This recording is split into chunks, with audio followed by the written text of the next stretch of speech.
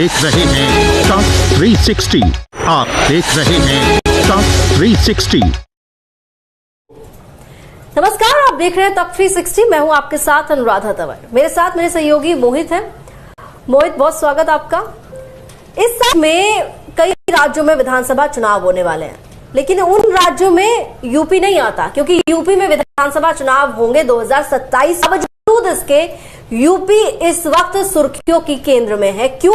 क्योंकि यूपी में मौजूद हैं आरएसएस प्रमुख मोहन भागवत, और मोहन भागवत की ताबड़तोड़ बैठकें चल रही हैं। योगी आदित्यनाथ के साथ उनकी हुई पहले, और उस मीटिंग को लेकर कई कयास लगाए जा रहे हैं। लेकिन उसके बाद जिस तरीके से मोहन भागवत ने मुलाकात की डिप्टी सीएम ब्रजेश और केशव प्रसाद मौर्य से, तकरीबन 15-15 मिनट की मीटिंग हुई। इन तमाम मीटिंग्स को लेकर सियासी हलचल बढ़ी हुई है और अपने अपने आकलन लगाए जा रहे हैं। लेकिन इसके साथ ही यूपी में कई और चीज हो रही है। यूपी में केशव प्रसाद मौर्य कुछ बयान देते हैं, लेकिन ब्रजेश पाठक बयानों को लेकर चर्चा में कुछ ज्यादा आ गए हैं। एक तरीके से कहा जा रहा है ब्राह्मण वोटों को साथ लिए ब्रजेश पाठक जो है वो कभी शंकराचार्य पर बयान देते हैं, कभी चोटी पर बयान दे रहे हैं, और इससे यूपी की सियासत ने एक नया मोड़ ले लिया। तमाम चीजों को विस्तार से समझेंगे। मोहित, सबसे पहले बात आरएसएस प्रमुख मोहन भागवत की सीएम डिप्टी सीएम से जो मीटिंग हुई है उसको लेकर आपके पास क्या जानकारी है? देखिए, ये जो मुलाकात हुई है बीते, एक तो इस पूरी जो मीटिंग है उसको वो किस माहौल के बीच में हुई है, ये सबसे ज्यादा महत्वपूर्ण बात है। क्योंकि पूरे उत्तर प्रदेश की सियासत इस समय अंदर ही अंदर कहीं ना कहीं उबलती हुई सी दिखाई देती है। दरअसल है क्या कि ये पूरा मामला मार्च शुरू हुआ और अब तक ये मामला शांत नहीं हुआ, जिसमें सरकार खुद अलग अलग धड़ों पर बटी हुई नजर आई। जहां पर शंकराचार्य ने जब स्नान के लिए जा रहे थे, उस दौरान जो बटकों के साथ जो तस्वीरें सामने आई, उनकी चोटी खींचने वाली जो बात सामने आई, उस पर कहीं ना कहीं ये कहा जा रहा था कि उस वक्त की अगर बात करें तो उस वक्त तो ये था कि प्रशासन की तरफ से ये तमाम लापरवाहियां हुई।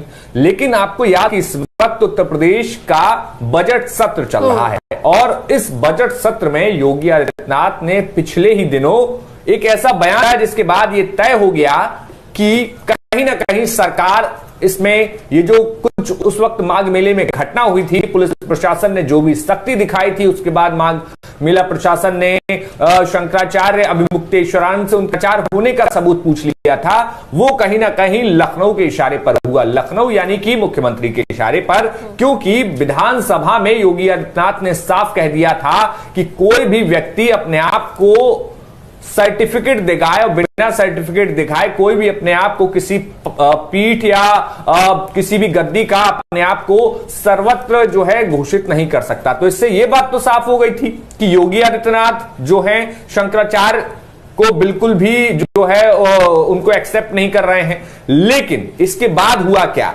इसके बाद हुआ ये कि अभी भी बजट सत्र चालू है और एक डिप्टी सीएम है ब्रजेश पाठक, जिन्होंने एक मंच पर कह दिया कि बटुकों के साथ जो घटना हुई वो पाप हुआ है, और वो पाप महापाप है, जिसको इसका फल कभी ना कभी भुगतना पड़ेगा। अब इसके पीछे की कहानी आप देखिए कि डिप्टी सीएम है, यानी कि आप जो है उत्तर प्रदेश की सरकार के सर्वे सर्वा है। अगर किसी के साथ गलत होता है, अगर कुछ भी अन्याय होता है तो वहां पर न्याय होता है, कानून के हिसाब से चीजें की जाती हैं।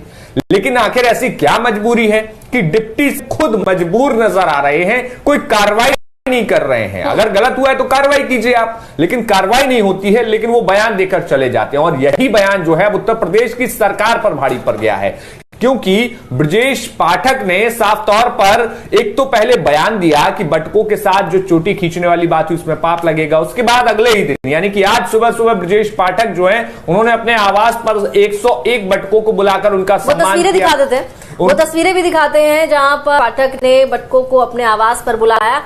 जी हाँ, ये तस्वीरें हैं। ये तस्वीरें आप देख रहे हैं, यहां पर पाठक ने इनको बुलाया और सम्मान किया। लेकिन इसमें भी अब विवाद है। विवाद ये है कि शंकराचार्य ने सवाल खड़े कर दिए कि आप पहले लाठी से पिटवाते हैं और फिर उस पर फूल छिड़कवाते हैं, तो ये कहां का न्याय है? तो बात पूरी की पूरी पॉलिटिक्स और नैरेटिव की हो यहां पर। आपको याद होगा कि जैसे ही माघ मेला का ये जो विवाद शुरू हुआ था शंकराचार्य वाला, उस वक्त दूसरे जो डिप्टी सीएम हैं यानी कि डिप्टी सीएम केशव प्रसाद मौर्य, वो भी उस वक्त शंकराचार्य के पक्ष में बोलते हुए दिखाई दे रहे थे।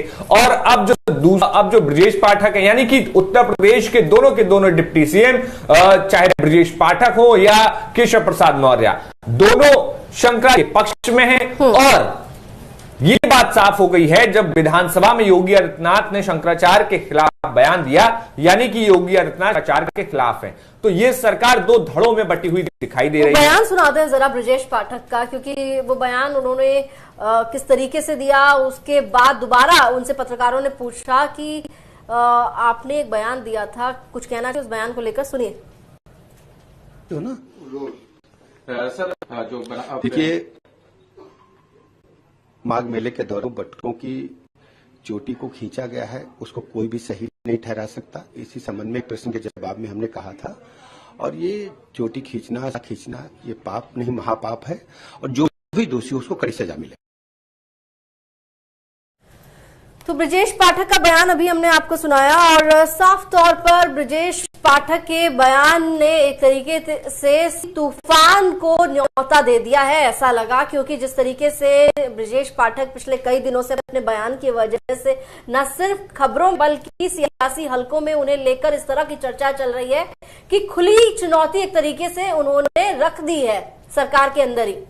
अभी ये सिर्फ ब्रजेश पाठक नहीं, आपको याद होगा उत्तर प्रदेश की जो तमाम विधायक हैं उनमें भी नाराजगी दिख रही है। अभी हाल ही में ज्ञान तिवारी हैं, सीतापुर से विधायक हैं, भारतीय जनता पार्टी के विधायक हैं, और वो थाने के सामने धरने पर बैठ गए हैं। ऐसे तमाम विधायक, तमाम मंत्री हैं जो कहीं ना कहीं सरकार से अपनी नाराजगी दिखाते हुए नजर आ जाते हैं।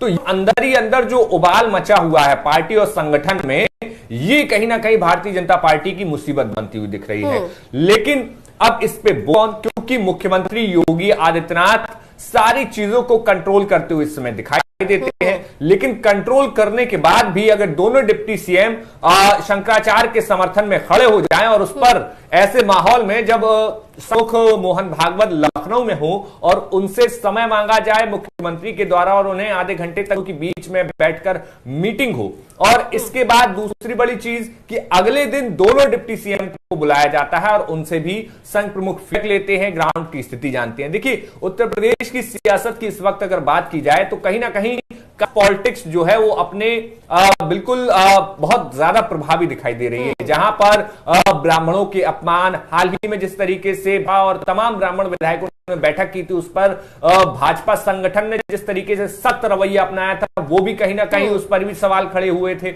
इसके अलावा तमाम ब्राह्मण विधायक, जो मैंने बताया ज्ञान तिवारी, धरने पर बैठ गए हैं कि उनको कहीं लगता ही नहीं है कि वो सत्ताधारी पार्टी के विधायक हैं। तो ये तमाम चीजें कहीं ना कहीं नाराजगी की वजह बन रही है। सरकार के भीतर कुछ ना कुछ इस तरह की हलचल है, जिससे ये दिखाई दे रहा है कि यूपी की योगी सरकार है वो एक मत एकजुट नहीं है, और सरकार में ही खलबली की खबरों ने काफी ज्यादा चर्चा बटोरी है बीते दिनों। और यही जानकारी मिल रही है कि संघ प्रमुख मोहन भागवत जब इस वक्त यूपी में मौजूद हैं, तो उन्होंने योगी आदित्यनाथ से मुलाकात की, और उसके बाद दोनों जो डिप्टी सीएम हैं ब्रजेश पाठक और केशव मौर्य, उनसे मुलाकात की, और उस मुलाकात में उन्होंने 2027 यूपी चुनाव को लेकर भी चर्चा की। लेकिन साथ ही साथ उन्होंने फीडबैक उन्होंने लिया कि इस वक्त जिस तरीके से यूजीसी का मामला है उसको लेकर क्या माहौल चल रहा है, क्या बातचीत आपके जहन में आ रही है, साथ ही साथ आप तक क्या कुछ पहुंच रहा है, क्या फीडबैक है, माहौल क्या है, ये उन्होंने जाना। इसके अलावा जो शंकराचार्य को लेकर जिस तरीके से पूरा विवाद गहराया, उस पर भी उन्होंने फीडबैक लिया, और मणिका घाट को लेकर भी जिस तरीके से सियासत हुई और जो कुछ हुआ उस पर भी उन्होंने फीडबैक लिया है। यानी कि सीधी अगर देखें इसकी बड़ी पिक्चर मोहित, तो 27 के चुनाव की नजर, लेकिन उससे पहले सरकार इंटैक्ट रहे, ये इसका भी प्रयास है। बिल्कुल। देखिए, अगर बात की जाए योगी दलों की, क्योंकि एक साल में चुनाव होना है उत्तर प्रदेश में, और जहां बात कही जाती है कि सहयोगी दलों से तालमेल, तो या नेताओं में आपस में तालमेल सरकार के लोगों में नहीं दिख रहा है। लेकिन आपको याद होगा, इससे खास तौर पर जो अखिलेश यादव का पीडी है उससे कहीं ना कहीं बहुत ज्यादा डेंट मिला है। दूसरी चीज, जो एसआईआर की पूरी प्रैक्टिस हुई और अखिलेश यादव ने लगातार पर हमले किए, उन्होंने तमाम चुनाव आयोग को सबूत दिए। कहीं ना कहीं अखिलेश यादव वो नैरेटिव सेट करते हुए दिखाई देते हैं जिसमें वो तमाम आरोप भारतीय जनता पार्टी और चुनाव आयोग पर लगा देते हैं। ऐसे में ये जो सरकार के अंदर का घमासान है, इस पर अखिलेश यादव चुप हैं, यानी कि अखिलेश यादव लगातार से देखते हुए ऑब्जर्व कर रहे हैं कि जो घमासान मचा हुआ उस पर बिना किसी टीका टिप्पणी के वो चीज चलने दी जाए। लेकिन अगर दूसरी तरफ देखें तो सरकार के जो संगठन जो सहयोगी दल हैं, आपको अपना दल एस, अनुप्रिया पटेल केंद्र में मंत्री हैं, उनके पति आशीष पटेल जो है वो राज्य सरकार में कैबिनेट मंत्री हैं। लेकिन दिनों में आपको 1 साल पहले याद होगा जब आशीष पटेल और सरकार सीधे सीधे आमने सामने हो गए थे। आशीष पटेल मंत्री होते हुए कह रहे थे कि अगर मैं दम है तो मेरे सीने में गोली मार दो। तो ये तमाम चीजें भी कहीं ना कहीं सरकार में 5 साल में 4 साल में, और ये पूरा एक जिसे कहें कि एक पूरा तैयार किया जा रहा है मसला आखिर 2027 में क्या होगा, क्योंकि एक बार चोट जो है 2024 में भारतीय जनता पार्टी उत्तर प्रदेश में खा चुकी है। और अगर देखा जाए तो 2017 में जितनी सीटें आई उससे कम सीटें 2022 में आई और 24 में तो बहुत बुरा हाल हुआ। यानी कि कहीं ना कहीं ये जो ग्राफ गिरने की जो स्थिति थी उसको संभालने के लिए क्या ये बैठक हुई है। इसके अलावा अगर बात करें बहुत सारे उत्तर प्रदेश में मुद्दे हैं, और जो चुनाव होना था अभी पंचायत का, उत्तर प्रदेश की पंचायत होना था, उस पर तो भले ही हाईकोर्ट, उसमें एक और चीज भी है ना मोहित, मैं आपको बीच में टोक रही हूँ। 2024 का लोकसभा आप याद कीजिए, उस चुनाव में बीजेपी को झटका लगा और उसके पीछे वजह ये बताई गई कि कहीं ना कहीं योगी आदित्यनाथ की अनदेखी हुई, जिससे बीजेपी के अंदर ये कॉन्फ्लिक्ट आ गया कि इंटरनल ज्यादा मतभेद हो गया है पार्टी के अंदर कि पार्टी ने एकजुट होकर चुनाव ही नहीं लड़ा, क्योंकि योगी आदित्यनाथ जिन कैंडिडेट बात कर रहे थे, जिन सीटों की बात कर रहे थे, वहां उनकी सुनी नहीं गई। इस तरह की गाहे बगाहे कई चर्चाएं सामने आई और उसका परिणाम जो हुआ उसने इसको माना कि हाँ ऐसा कुछ हुआ होगा, तभी यूपी में इस बार बीजेपी को झटका लगा है और फायदा इंडिया गठबंधन को हुआ है। अब उससे सबक ले रहे हैं क्या?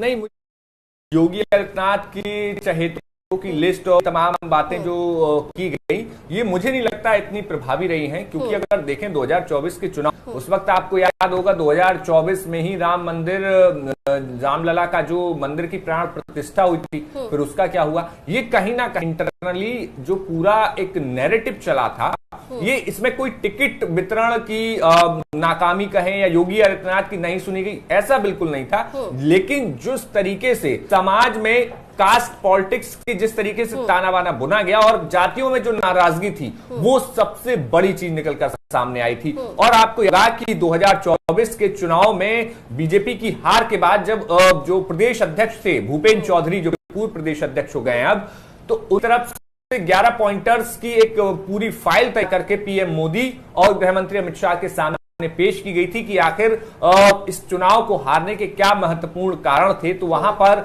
ये एक बात बहुत अहम हो गई थी कि जो शाही है, यानी कि जो अधिकारी है, उनके प्रति लोगों की नाराजगी थी, और ये बात बिल्कुल साफ तौर पर सीधे सीधे योगी आदित्यनाथ के कहीं ना कहीं नेगेटिव में गई है। और योगी आदित्यनाथ ने कई मोर्चों पर अपनी सरकार को बचाने और अपनी सरकार को एकजुट करके चलने के लिए और जो लॉ एंड ऑर्डर उसको कंट्रोल करने के लिए बहुत बेहतर व्यवस्थाएं की, लेकिन वो जो व्यवस्थाएं हैं, क्या वो नौकरशाही अब नेताओं पर, यानी कि जो अफसरशाही है वो नेताओं पर हावी है? इसी का परिणाम क्या वो था जब ज्ञान तिवारी अधिकारियों के सामने धरने पर बैठे। और भी कई ऐसे विधायक हैं और भी लंबी फहरिस्त है जहां पर नाराजगी दिख जाती है विधायक मंत्रियों की कि उनके अधिकारी उनकी सुन नहीं रहे हैं। तो ये तमाम चीजें हैं। अभी तो अगर आप देखें तो उनके सहयोगियों में निषाद पार्टी है, निषाद पार्टी के साथ ओम प्रकाश राजभर हैं, अपना दल एस है, रघुराज प्रताप सिंह राजा भैया हैं। तो ये तमाम लोग भारतीय जनता पार्टी के सहयोग में हैं। लेकिन सवाल अभी भी वही है कि क्या सब लोग साथ होकर भी वो जो नैरेटिव है कि यानी कि जातियों में, पिछड़ी जातियों में लोगों का, अखिलेश यादव ने शब्द जो इजाद किया है प्रभुत्ववादी, सामंतवादी शब्द, खासतौर पर वो योगी आदित्यनाथ और उनके स्वजातीय तमाम लोगों पर आते हैं। धनंजय सिंह पर आरोप लगाते हैं, तमाम कोडिन भैया कहकर कहीं ना कहीं इशारा करते हैं और धनंजय सिंह कहते हैं कि भाई हमारा तो कभी नाम नहीं लिया। लेकिन जानते सब है पॉलिटिक्स में सब कुछ होता हुआ यहां पर दिखाई देता है। लेकिन ये जो पॉलिटिक्स हो रही है कहीं ना कहीं जातियों के मकड़जाल में जो है जो एक समय में जो कि जिस तरीके से बुनाई जो है भारतीय जनता पार्टी ने 2017 में की थी, अब वो उसमें उलझ चुकी है। क्योंकि जितनी नाराजगी लोगों की, जिस तरीके जो सरकार की डिलीवरी होनी थी, खासतौर पर ओबीसी सेक्टर में जो ओबीसी की जातियां थी तमाम, उनकी जो डिमांड्स थी यानी कि उनकी जो उम्मीदें थी वो कहीं ना कहीं उस पर उनको लगता है कि वो खरी नहीं उतरी। क्योंकि चाहे आप 59,000 शक्ति का मामला ले लें, अलग अलग जगहों पर आरक्षण की जो अनदेखी हुई, हाल ही में जिस तरीके से भर्तियां निकली उसमें आरक्षण की अनदेखी हुई, तो ये बहुत भले ही इंडिया में बहुत कम देखें बारीक मुद्दे हों। खासतौर पर अब आप देखेंगे यूजीसी का मुद्दा जब आ गया, यूजीसी के मुद्दे पर सरकार और ज्यादा घिर गई, जहां पर बिल्कुल देखिए ये तमाम पहलू हैं, ये तमाम पर्सपेक्टिव हैं जो यूपी की सियासत को लेकर, खासकर योगी आदित्यनाथ की सरकार को लेकर तमाम चर्चाओं के विषय बनते हैं। लेकिन अगर हम बात करें तो योगी आदित्यनाथ और दोनों डिप्टी सीएम जिस तरीके से मोहन भागवत से मुलाकात कर रहे हैं, इस मुलाकात के अपने मायने निकाले जा रहे हैं। लेकिन इन सब के बीच ब्रिजेश पाठक का दिया गया बयान सबसे ज्यादा चर्चा में रहा। लेकिन उस बयान पर रिएक्शंस भी आए, समाजवादी पार्टी के रिएक्शन भी आए, शिवपाल यादव ने भी बयान दिया। शिवपाल यादव क्या कह रहे हैं एक बार वो भी सुन लेते हैं। उनकी शिला खींची है, उनको पाप लगेगा और उन्होंने महापाप किया। डिप्टी चीफ मिनिस्टर उसी सरकार में है जिसमें पूजनीय शंकराचार्य जी का अपमान किया है। अब कितना भी ढोंग कर लें, बटकों को ला करके कितना भी ढोंग कर लें, जब पूजनीय शंकराचार्य जी मान हुआ है तो उनके सम्मान में उनको इस्तीफा दे देना चाहिए। क्यों उसी सरकार के ये लोग डिप्टी चीफ मिनिस्टर हैं, इसी से पता चलता है उनके शासन प्रशासन में कितनी चल रही है। शिवपाल जी एक और सवाल है, अभी कुछ दिन पहले भूसपुर पंडित नाम से एक फिल्म बनी थी, अब बनी है यादव लव स्टोरी, तो ये जाति सूचक शब्दों के इस्तेमाल से जिस तरह की फिल्में बन रही है, इसको कितना जायज मानते हैं? देखिए जब ये कानून बन गया है तो इस पर नहीं है कुछ, जब कानून का पालन करना चाहिए। अब जो लोग पालन नहीं कर रहे हैं उनके खिलाफ कुछ न कुछ कानूनी कार्रवाई करनी। संघ प्रमुख मोहन भागवत ने कहा कि आरएसएस बीजेपी का रिमोट कंट्रोल नहीं है। अब देखिए उनका मामला है, संघ का मामला है और भारतीय जनता पार्टी का मामला है, तो इससे मुझे कोई मतलब। उप मुख्यमंत्री ब्रिजेश पाठक ने हाल ही में बयान दिया जिसमें उन्होंने बताया कि वो बेहद निंदनीय था जिस तरह से शिखा को पकड़ा गया। आज बड़ी संख्या में बटुक पहुंचे, उनको धन्यवाद ज्ञापित किया, उनके ऊपर पुष्प की वर्षा की। पाठक जी का किससे रहे, वो तो सरकार है ना, सरकार किससे कह रही कि अपमान हुआ? सरकार, ये सरकार किससे कह रही है?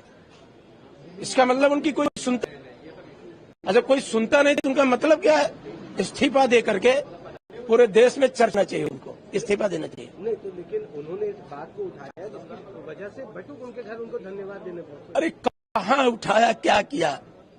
ब्रिजेश पाठक जी अगर चाहते हैं कि सम्मान हो तो गंगा और जमुना के पवित्र पावन तट पर जिस तरह से सनातन का और बटुक ब्राह्मण का अपमान हुआ है, उनसे उन्हें इस्तीफा दे देना चाहिए। इससे अलावा कोई और दूसरा रास्ता नहीं है। तो शिवपाल यादव ने सुना, संग्राम सिंह यादव को आपने सुना। संग्राम सिंह कह रहे हैं ब्रिजेश पाठक ये कह किससे रहे हैं, वो तो सरकार में है और सरकार में होते हुए अगर की बयान देते हैं तो ये तो बड़ा अफसोसनाक है। क्योंकि अगर सरकार में रहते हुए आप ये कह रहे हैं कि ये गलत हो गया, ये पाप लगेगा और इस तरह की बात है, तो फिर इसका मतलब है कि आपकी कोई सुनता नहीं है, सरकार में आपकी चलती नहीं है। मोहित देखिए ये बात बिल्कुल फैक्ट है। क्योंकि अगर आप विपक्ष थे तो बात कही जाती है कि भाई पाप लगे, लेकिन आप सरकार में हैं और सरकार में होने के साथ साथ आखिर अगर कोई पीड़ित है तो वो किससे न्याय मांगेगा? और आप खुद कह रहे गलत हुआ है तो फिर कार्रवाई कीजिए। लेकिन आप कार्रवाई नहीं कर सकते क्योंकि जो आपके मुखिया हैं प्रदेश के यानी कि मुख्यमंत्री, उन्होंने जो वहां पर घटना घटी उसको गलत बता दिया, यानी कि शंकराचार्य पर उन्होंने लगाए। आप कह रहे हैं कि बटकों के साथ गलत हुआ। तो आखिर जब ये जो दो चक्कियों के पीस में जो यूपी की सरकार जो है पिसती हुई पर दिख रही है, ये सबसे बड़ी मुसीबत है। और बड़ी बात ये भी है कि 1 साल में चुनाव होने हैं। अखिलेश यादव चुनावी मोड में आ चुके हैं। अखिलेश यादव मार्च में नोएडा से अपनी चुनावी रैलियों का शुरुआत करने जा रहे हैं, यानी कि वो फुल फ्लैश तरीके से चुनाव प्रचार में अब जो है अपने आप को समाजवादी पार्टी को तैयार कर चुके हैं। और लगभग अखिलेश यादव ने तमाम सीटों पर जो है टिकट का अघोषित तौर पे नाम ऐलान कर दिया है कि आपको किस सीट पे लड़ना है, आप जाके तैयारी कीजिए। ऐसे में अखिलेश यादव की लाइन है, उस लाइन पर जो है बीजेपी को समस्या हो रही है अभी, क्योंकि अखिलेश यादव जिस पीडीए को लेकर चल रहे हैं, पीडीए को संभालने के लिए अब यहां पर अगर ब्राह्मण नाराज हो गए हैं तो ब्राह्मणों को संभाला जाए या पीडीए में पीडीए को तोड़ निकाला जाए। क्यों? क्योंकि जब प्रदेश अध्यक्ष बनाने की बात आई तो वहां पर पंकज चौधरी को, जो कि कुर्मी समाज से आते हैं, उनको वहां पर प्रदेश अध्यक्ष बना दिया गया।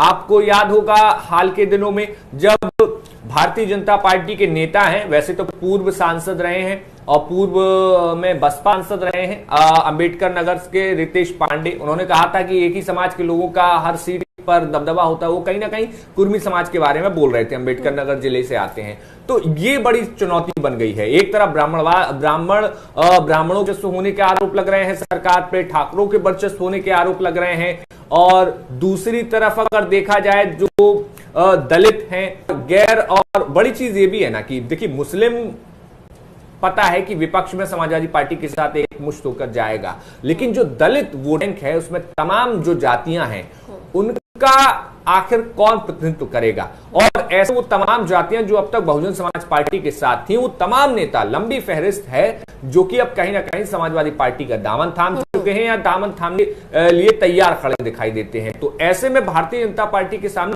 चुनौती वही है कि आखिर पीडीए के फॉर्मूले की काट क्या निकाली जाए, और जब काट निकालेगी तो फिर ये जो नाराजगी है ब्राह्मणों की और ठाकरों की नाराजगी 2024 के चुनाव में हमें दिखी थी, तो इस नाराजगी का तोड़ जो है हल कैसे निकाला जाएगा, इसमें कहीं ना कहीं सरकार फंसती हुई साफ तौर पर नजर आ रही है। देखिए सरकार के सामने मुद्दे कई हैं, कई तरीके से सरकार घिरी हुई भी नजर आती है। इस बीच शंकराचार्य का बयान सुन लेते हैं, उसके बाद चर्चा मायावती पर भी करेंगे। उन्होंने बड़ा ऐलान कर दिया है।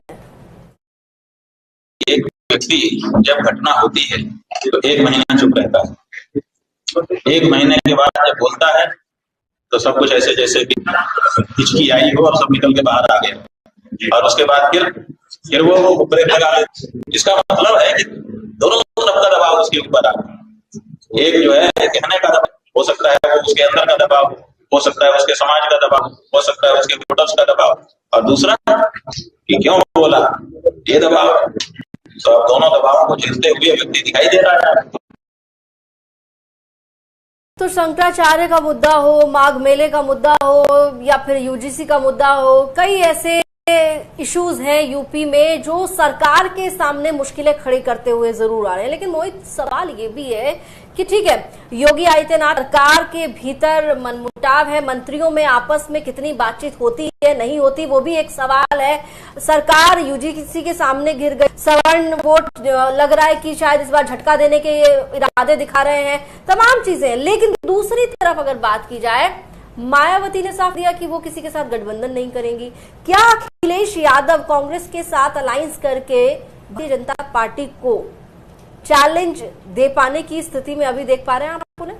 देखिए अब अगर बात करें बसपा और बसपा अध्यक्ष की, तो उनकी स्थिति क्या है? देखिए प्रदेश में उनके पास पार्टी में 1 राज्यसभा सांसद है, 1 विधायक हैं, और इस अलावा जो संगठन की अगर बात की जाए तो उनको पिछले चुनावों में अगर देखें तो वो बात कर रही हैं ब्राह्मणों के जोड़ने की, लेकिन ब्राह्मण कब जुड़ेगा? वो भारतीय जनता पार्टी के साथ अभी जुड़ा हुआ है।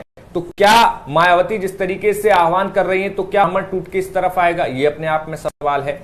दूसरा बड़ा वोट बैंक माना जाता है मुस्लिम वोट बैंक।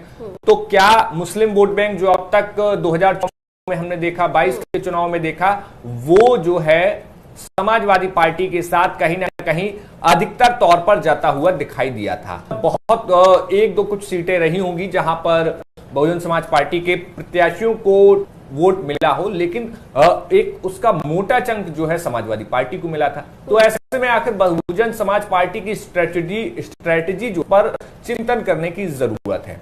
दूसरी बड़ी चीज ये है कि हाल के दिनों में हमने देखा कि मायावती के आवास को जो पेट बंगला भी दिया गया उस पर भी सवाल खड़े हुए, लेकिन वो तो कह रही है ना कि ये तो मुझे सुरक्षा कारणों से मिला, और इससे पहले भी उनको हुआ है, तमाम बातें कही उन्होंने कि पूर्व की सरकारों की ओर से भी उन्हें अलॉटमेंट हुई है। नहीं, बिल्कुल वही मैं कह रहा हूं कि मायावती राष्ट्रीय पार्टी की राष्ट्रीय अध्यक्ष है और तमाम सुरक्षा कारणों से उन्हें बंगला मिला, लेकिन वो जब चर्चा हुई कि क्या भारतीय जनता पार्टी का हाथ जो है भारतीय जनता पार्टी बसपा से मिली हुई है, बसपा भारतीय जनता पार्टी से मिली हुई है, लेकिन लोगों ने ये नहीं किया कि आजाद समाज पार्टी के राष्ट्रीय अध्यक्ष चंद्रशेखर आजाद को कौन सा बंगला अलॉट है। चंद्रशेखर आजाद को मैं आपको बताऊं, पहले फिरोजशाह रोड पर टाइप 5 बंगला अलॉट हुआ था, लेकिन उसके बाद उसे अपग्रेड करके न्यू मोतीबाग रोड पर टाइप 8 बंगला मिला है। यानी कि मायावती को जिस बंगले के अलॉट होने पर तमाम सवालों का सामना करना पड़ रहा है, तमाम आरोप उन पर लगा रहे हैं, लेकिन उसी साइज के उसी टाइप 8 बंगले में चंद्रशेखर आजाद भी रह रहे हैं। तो क्या चंद्रशेखर आजाद जो है वो मायावती के कद के बराबर हैं? चंद्रशेखर आजाद अपनी पार्टी के इकलौते सांसद हैं, नगीना से सांसद है, अपनी पार्टी के राष्ट्रीय अध्यक्ष हैं। तो मायावती के साथ ये जो पूरा चर्चा शुरू हुई है उसमें मुझे नहीं लगता कि कहीं भी ये स्थिति बनती है, लेकिन कारणों से मायावती को दिया जाना दिखाई देता है कि हाँ, उनका जिस तरीके से कद है, उत्तर प्रदेश की 4 बार मुख्यमंत्री रही हैं, इस तरीके से उन्हें आईपेड बंगला दिया गया, राष्ट्रीय पार्टी की राष्ट्रीय अध्यक्ष भी है, सुरक्षा के तमाम कारण हैं। लेकिन सवाल वही है कि आखिर उनके पास वोट क्या है, वोट कितने प्रतिशत है, और उनसे समाज के वोट को वो एड ऑन कर रहे हैं, क्योंकि वो बात कर रही हैं ब्राह्मणों की। उनके पास सतीश चंद्र को उसकी जिम्मेदारी दी गई है, लेकिन इस जिम्मेदारी में क्या ब्राह्मण बहुजन समाज पार्टी के साथ आ रहा है? क्या मुस्लिम वापस से बहुजन समाज पार्टी के पास आता दिख रहा है? ये अपने आप में बड़े सवाल है, और कहीं ना कहीं अगर ये होता दिखता तो अखिलेश यादव की बेचैनी साफ नजर आती, लेकिन अखिलेश यादव बिल्कुल निश्चित नजर आते हैं कि उनको साफ दिखता है कि मुस्लिम जो वोटर है, उनका जो इंटैक्ट वोट है वो कहीं ना कहीं नहीं जा रहा, जबकि अखिलेश यादव ने अपने इजाफा ही किया है। जो तमाम बहुजन समाज पार्टी के पुराने नेता थे, पुराना कैडर था, जिनको बहुजन पार्टी से एक समय में निकाला गया, मायावती ने अनुशासनहीनता के मामले में तमाम बड़े नेताओं को निकाला, वो अब कहीं ना कहीं अपनी जगह जो है समाजवादी पार्टी में तलाश रहे हैं, और अखिलेश यादव उनको जगह दे भी रहे हैं। अब टिकट दें या ना दें ये समय की बात है, लेकिन अभी इस वक्त जो है समाजवादी पार्टी हर एक नेता के लिए एक अन्य और एक सुरक्षित घर जो है बनती हुई दिख रही है। बिल्कुल, यूपी की पॉलिटिक्स में अभी आप आने वाले वक्त में कई करवटें बदलते हुए लोगों को देखेंगे, क्योंकि चुनाव नजदीक है, 1 साल बाकी है, लेकिन इस 1 साल में समीकरण बदलेंगे, और मौजूदा सरकार के भीतर जिस तरीके से घमासान की खबरें आती हैं वो अपने आप में खड़े करती हैं। इस बीच संघ प्रमुख मोहन भागवत का सरकार में जिस तरीके से डिप्टी सीएम और सीएम से मुलाकात उनकी हुई है, उसके भी अपने अपने सियासी मायने हैं, लेकिन क्या वाकई डैमेज कंट्रोल करने की कोशिश रही है ब्रजेश पाठक की ओर से? ब्राह्मण समाज को साधने की कोशिश हो रही है, बटुकों को घराकर सम्मानित करना, ये तमाम तरीके की चीजें चल रही हैं, लेकिन सबके बीच सबसे महत्वपूर्ण ये कि क्या होने वाला है यूपी की सियासत में। चर्चाएं कई हैं, नजर रखिएगा। फिलहाल मोहित, आप इस लाइव में हमारे साथ जुड़े, और तमाम दर्शकों का भी हमारे साथ जुड़ने के लिए बहुत बहुत शुक्रिया, धन्यवाद। टॉप 360 आप देख रहे हैं, टॉप 360 आप देख रहे हैं।